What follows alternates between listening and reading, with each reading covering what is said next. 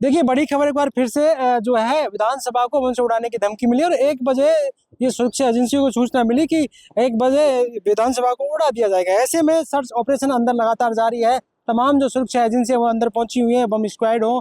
और ऐसे में यहाँ पर पिछली बार भी जब ये चीजें ये धमकी मिली थी तब भी बड़ा हड़कंप मचा था। एक बार फिर से तमाम जो सुरक्षा एजेंसियां हैं वो अंदर हैं और लगातार यहाँ पर सर्च किया जा रहा है। ऐसे में ये बड़ा विषय हो गया है कि आखिरकार लगातार इस तरह की धमकियां जब आती हैं तो कहीं ना कहीं एक अलग चीजें सामने आ जाती हैं, सुरक्षा व्यवस्था पर सवाल खड़े होते हैं। और लगातार इस बात को लेकर, क्योंकि आपको बता दें कि जयपुर में इस वक्त वीवीआईपी जो मूवमेंट है वो देखने को मिलेगा।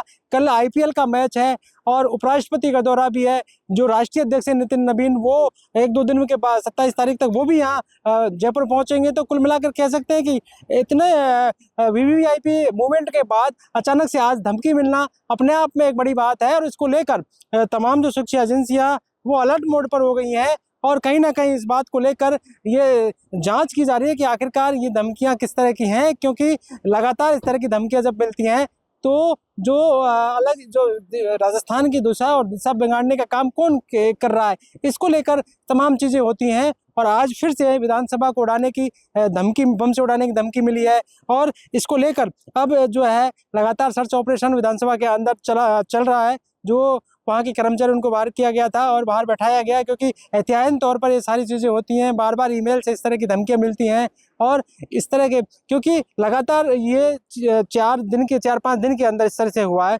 कह सकते हैं कि जिस तरह से ये धमकियाँ मिलती हैं उसके बाद जो है तमाम जो सुरक्षा मानकों पर चिंता खड़ी होती है। और कहीं ना कहीं क्योंकि मैन पावर भी लगता है और तमाम जो फोर्सेस है उनको अलर्ट होना पड़ता है। तमाम चीज़ें वहाँ पर जो है गहनता से जांच की जाती है। इन सब चीज़ों को देखते हुए कह सकते हैं कि जिस तरह की लगातार ये चीज़ें जब सामने आती हैं तो चिंता का विषय भी होती हैं।